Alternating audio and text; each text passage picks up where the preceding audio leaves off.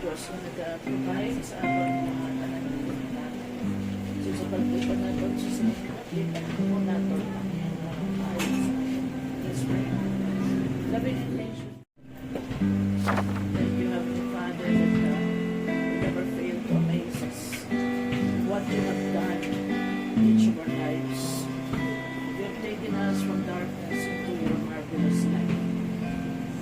We have seen your hand as we did journey, Lord, as this ministry journey, Heavenly Father. We have seen, O Lord, your hand moving upon us wherever we go. Right now, Lord, we are standing, Abba Father. So that is why tonight we thank you. Not only for your faithfulness, but at the same time, Heavenly Father, for guiding us towards that prophetic destiny which we will fulfill in your season of time. So be with us as we celebrate this Shabbat, Lord, the time where our family could gather together, worshiping you, telling about your goodness and faithfulness upon our lives. So we thank you and we continue to honor you, Lord. In the mighty name of the Lord Jesus.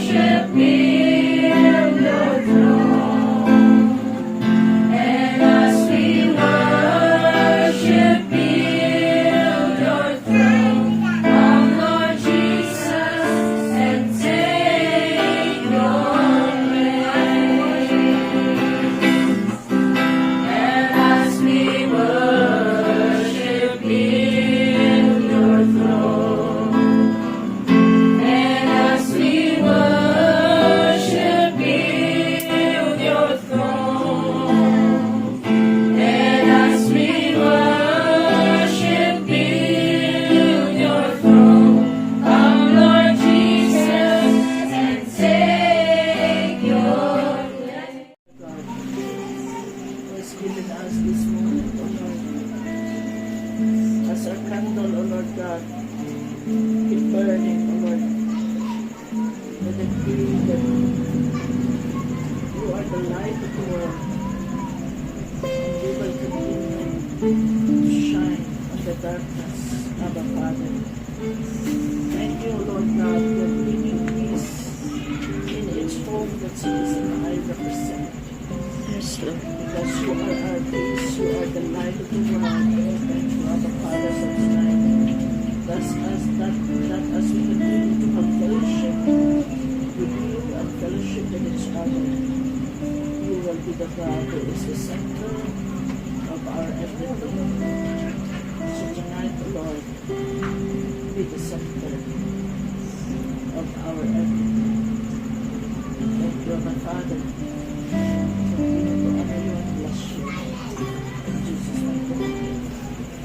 So, Amen. The traditional Aaronic blessing. Okay? Actually, as your children, follow me after me. Okay? So, the Lord bless you and keep you. The Lord bless you and keep you. The Lord make His face shine upon you. The Lord make His face shine upon you Gracious to you. and be gracious to you. The Lord lift up His countenance The Lord lift up His countenance upon you and give you His peace. give you His peace. Through Jesus the Messiah, Through Jesus the Messiah, I speak blessing, I speak blessing of life, of life, peace, peace, wisdom, wisdom, discernment, discernment, favor favor upon you upon you for the rest of your lives. for the rest of your lives. In Jesus' name, In Jesus' name, Amen. Amen.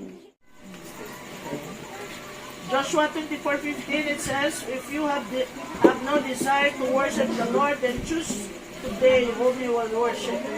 Whether it be the gods whom your ancestors worshipped beyond the Euphrates, or the gods of the Amorites in whose land you are living, but my family and I will worship the Lord.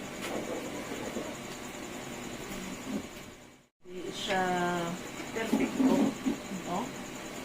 It is a family that keeps God at the center. Nga ginapili nato ng pagpalangga, that we will stand together, ano man na season, ara kita, we might be in the winter season, in the summer, no? In the springtime, in the autumn, ano man na season, ano man klase, na ara kita, nagapugpong kita, bangot na ang Diyos, amo ang sentro sa atong mga kabuhi. Amen. Amo ini ang ingin challenge si Joshua ang mga Israelinon during his time. Bangod na ano sila ni Joshua, balik Joshua sa ila, kung wala ka mo yung desire na mag-alagad sa Ginoo, pili ka mo kung sino inyong alagaan. Ang mga Diyos balas ang inyong mga ninuno o kung ang sisters nyo o kung ang Diyos sa mga Amorites na diri ka mo sa mga isla o kung ang Diyos na kung sa diin nagpagwa sa inyo sa Egypt. Kami pili o naman ang Ginoo. Joshua as a spiritual leader, amo na iyang panalambiton during the time. Amoy na nga ginbutang ni Joshua nga ang Diyos amo ang sentro sa ilang magtatawad. Pag ang ato mga desisyon ini ginagiyahan sa wisdom nga nagikan sa Ginoo. Kay bangod makita sa aton mga kabataan ang pagtuo nga ginakabuhi sa nato bilang kita nga mga ginikanan. Pag ang paningalay hugpong sila ng stronger ay na foundation na hindi lamang ang Diyos kabahin sa panimalay apang siya nanging sentro. Amo rin gusto sa Ginoo. Amo rin ang ginahambal ni Joshua pagkamaliaman, for me and my family who will serve the Lord. Kapon ang Diyos amo na sentro sa aton panimalay, ang pagigugmaanay amo ang lingway sa atong panimalay. Okay, amo nang balya sa 1 Corinthians 13 verse 4 to 7. Ang tao nga nagigugma, mapinasinsyahon, maayos sa iya isang katao, hindi mahisaon, hindi hambok o kumugalon, hindi bastos, hindi maiyayahon, hindi maakigon, hindi madumot, wala. Nalipay sa malaot, kundi sa matao. Kung namba ka sa imong kanan nga I love you man, wala kita nagdako sila. No, for some family, ka normal na niya para sa ila. Ang importante na kung kinahanglanon, ara kita bilang sa kapamilya when in times of need. Ang gusto sa Ginoo. Sometimes we are kind to strangers but impatient with our own family. That's a universal plan anawat. Ang dapat ang katawhan nga malapit sa aton, the people that are closest to us, our family, should receive our best, not our leftovers. Yes. Hindi lang asik-asik lang, pareho na. Pagka baka leftover, kung may pagkaon kitang nabilin karon, amo na itigana mo. Hindi. But we give our best. Naaman, ang mga kabataan, they may not remember how much money we have, but the child, ang kabataan, they will remember, masa tiniol yung tinanglanan ko ang aking tatay, ara siya. So Sa mga tinion, nga ara ako sa piga-piga, ara ako na nanay nga nagapangamayo sa ako.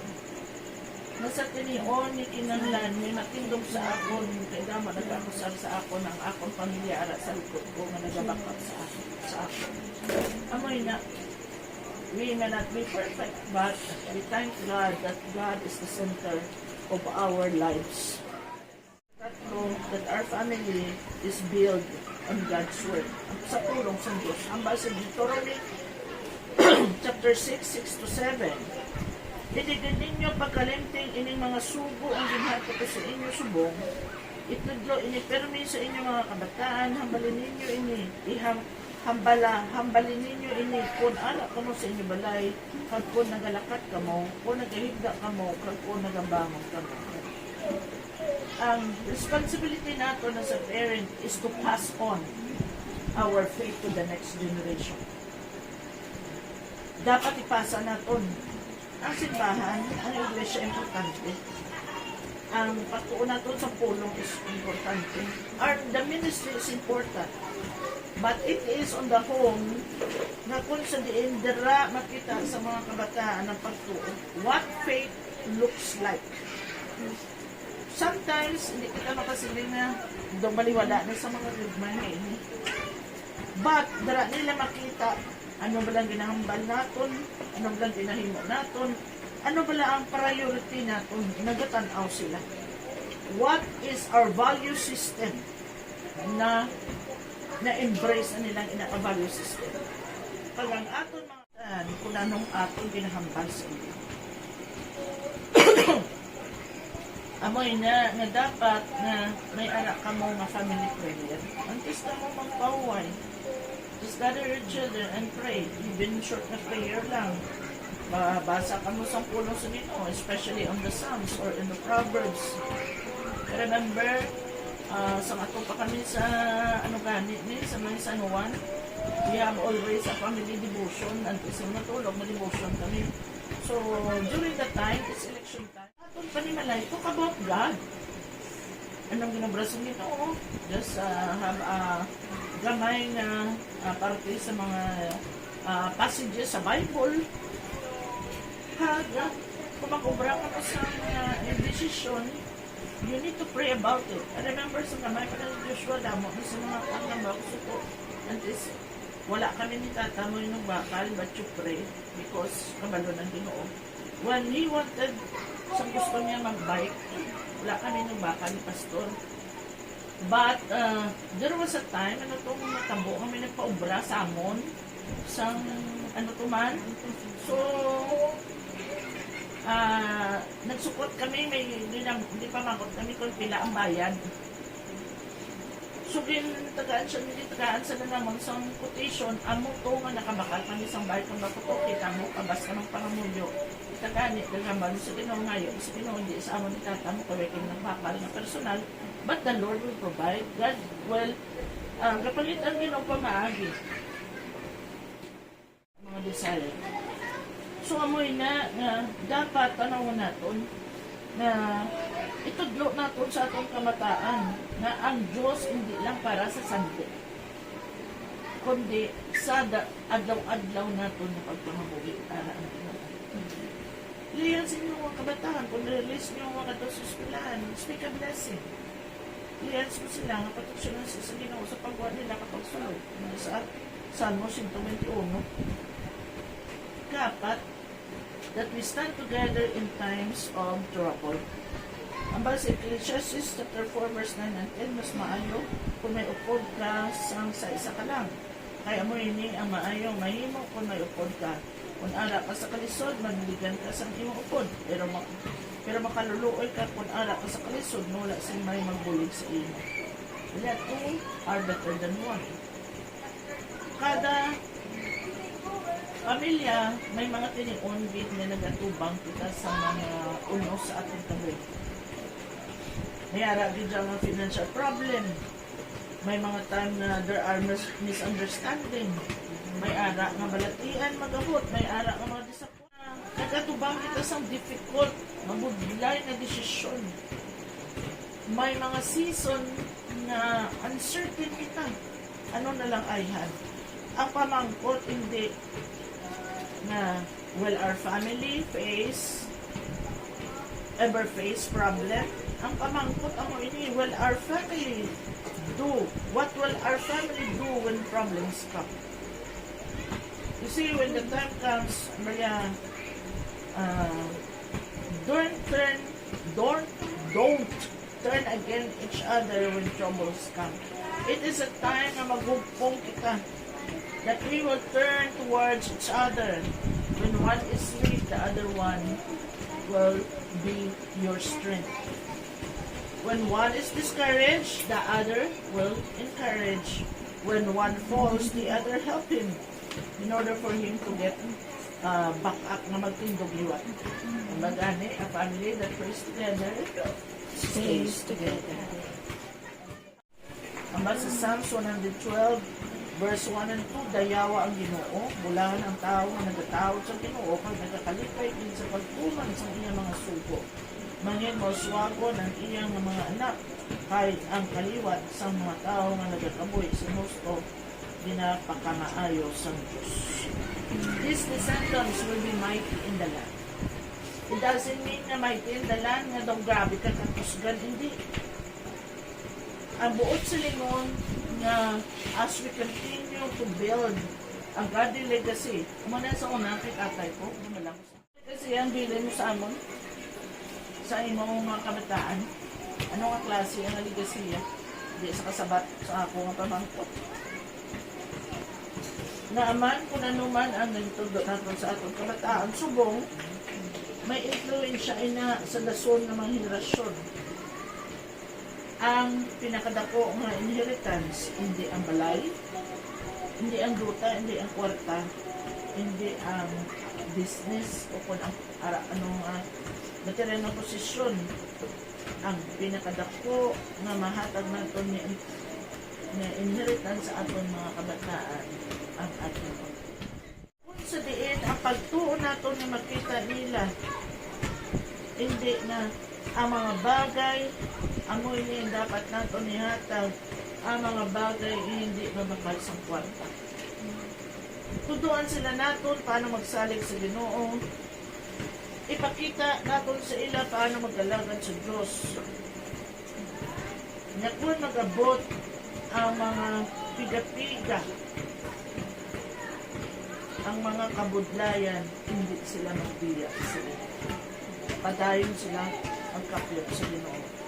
No? I have this acronym of HOME, H-O-M-E, H. We must honor God, put God the first in everything. Ikadwa, letter O, we must offer love. We must choose to forgive. We must have patience, and we will encourage one another. Letter M, make God's word the foundation of our family. We must build our family in according to the scripture, the word of God. Letter E, in home, we must encourage one another. Help each family member become everything God has called them to be. Ibutan nato ng atong mga kabataan na sa pilakaadlaw, matuman ang kagustuhan sa Diyos sa ilang kabuhi. They will be able to fulfill their God-given destiny. Amoy na, ang atong panimalay, hindi siya perfecto. May mga wound, bangod sa mga ginhambal, may mga bagay na it leads to misunderstanding, may mga base, may mga membro sa atong panimalay na malayo sila sa Ginoo. May mga bagay na nag-desire kita tani na may pagbago. Panimalay, hindi sa unay natag sa akong sa Ginoo. I am not slow in keeping my promises, as some understand slowness, but I am patient with them, not wanting them to perish, but for them to have everlasting life. I was still praying that makita ko ini na ma-fulfill ini sa akong mga kauturan. Kay amoy na when I was really down and depressed and discouraged, dinhatag na sa akong sa Ginoo. Dara na makita sa Peter, nalipat ko kung 1 Peter, 2 Peter. But I memorized that verse. In the time that I feel discouraged, nakot ko na. He is not slow in keeping his promises as some understand slowness, but he is patient with them. Sa aton mga kabataan na nagarebelde, nagalisa sa ilang dalanon, they go through difficulties, God is patient with them, not Amen. wanting them to perish. But for them to come into a realization na kung sa diin ang Ginoo ara dira muhi ugamhanan na magapaglikod sa ila kabuhi diba. Naaman bangod nga as we start praying, as we will not give up on our family, as we start praying for them and forgive them, and we will, as we continue to worship together, ang Ginoo, He is building up again, strengthening our faith, because God can restore what has been broken. Amen. Amen. Our family does not have to be perfect to be used by God. It simply needs to be surrendered to God. Tugin naton, yatag naton sa ang atong mga kabataan, ang inyong mga bana, yatag nyo sa inyo. Kay ang Ginoo nakahibala. What He has started in us, He will be able to complete it until the Lord Jesus Christ again. Now, ang ako to be financially stable, ang pamangkot, ang aton balang nga panimalay binabuild naton into a godly family nga nagasalig sa Ginoo. Ang pamangkot, hindi do we have enough, kundi amo ini do we have God. Amo ini si Joshua, that every mother, father, and family declare, as for me and my house, we will serve the Lord. As for me and my house, we will serve the Lord. Bangod ang pamilya na ginauna yung Ginoo, ang pagkikumaara, we stand together, and ang pulong sa Diyos, ang mga ila ginakapitan, ang legasiya nagakadayon sa dasong na generation. Let for our parents, let me, let our faith becomes a legacy na ipas on natin sa dasong generation, because if they are looking at us, gitanaw sila kung paano natin kubangon inyo yung mapapangangkat sa adlaw-adlaw natin mapapangabuli, so that later on na kung sila man may pamilya, nakita as yung una mo niya ako nakita sa aking pintanan. Bisan ano pa, padayon sila nakapit sila. Padayon sila nag-intindi, nagpatawad, padayon sila nag-encourage, padayon sila na nagkasalit sa Diyos. Kay siya ang Diyos magsalita. Amen? That's my short encouragement to you. The Kiddush, the blessing of over our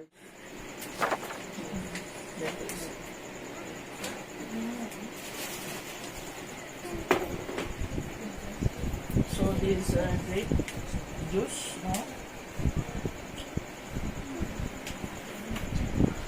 Blessed are you, Lord, our God, King of the universe, creator of the fruit of the vine. Lord, we hold this cup. Okay, get your cup. Another cup. Get one and pass. Hindi na paging na, may matagalan. Hindi na paging kapten ng Naka-break. Kaptan mo eh, uy, ano na yung cellphone? Wala Tahan na yung cellphone. Ang ano, karoon lang na. Okay, Ako pa. sino pang wala?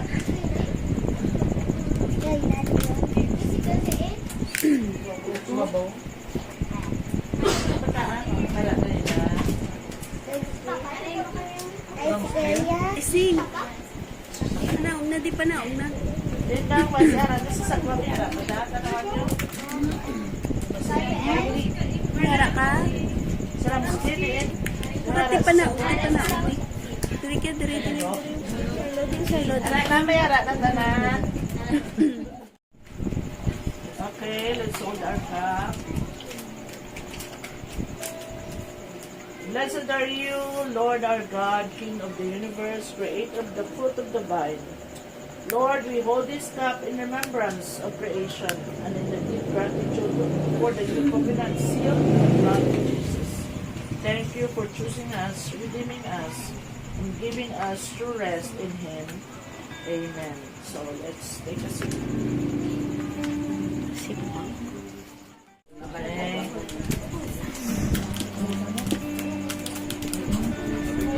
So, this is the bread. It speaks about the provision of the Lord. Blessed are you, Lord our God, King of the universe, who bring forth bread from the earth. Jesus, you are the bread of life. Anyone who comes to you will never go hungry. Thank you for providing for all our physical and spiritual needs Communion, hindi na mga this week. Amen.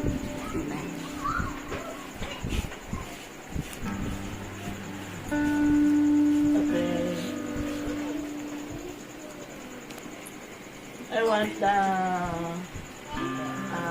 leaders of the family. Wala tatay naman. Get one and share this with your children. What na, dali? Kwakada ko, kay share mo na sa amon. Kwa mo da ko, kay share nyo na sa inyo. Live. Kasi na ba?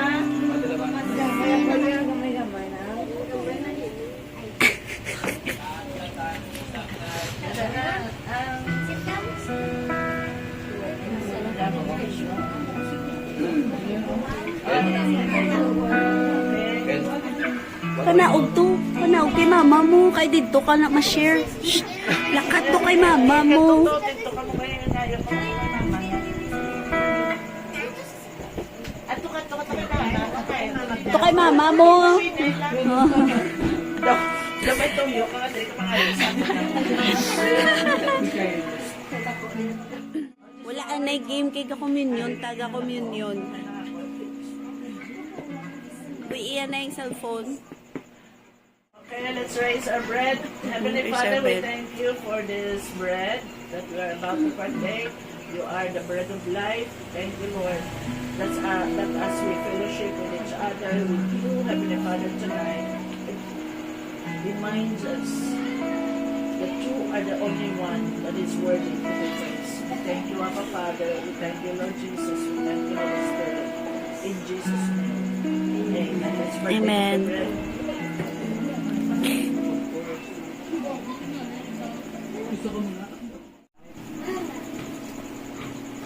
Not only that you are the light of the world, but you are the bread of life.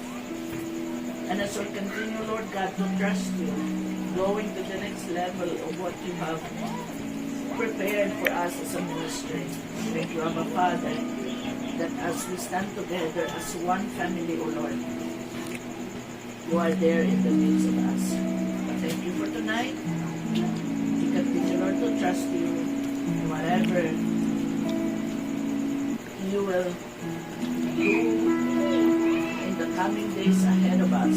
We know that as you have been with us, as you are with us today, you will be with us in the coming future.